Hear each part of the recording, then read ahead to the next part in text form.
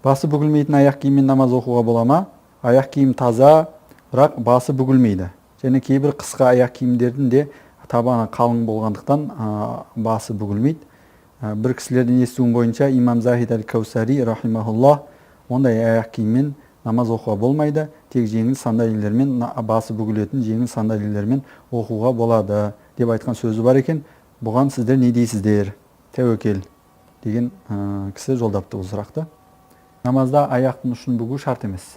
Аттахият отырысында болсын, сәждеге барған кезде болсын, жаңағыдай аяқтың башпайларын бүгіп құблаға қарату сүннет амалына жатады. Сәждеге барған кезде аяқтың ұшымен жер тіресе жеткілікті.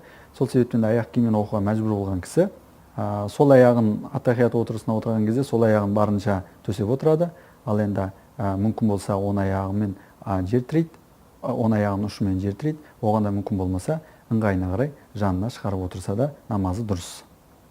Енді аяқ киіммен әсіресе далада жұмыс істеп жүрген кісілер қыстың күні аяқ киіммен оқуға мәжбүр.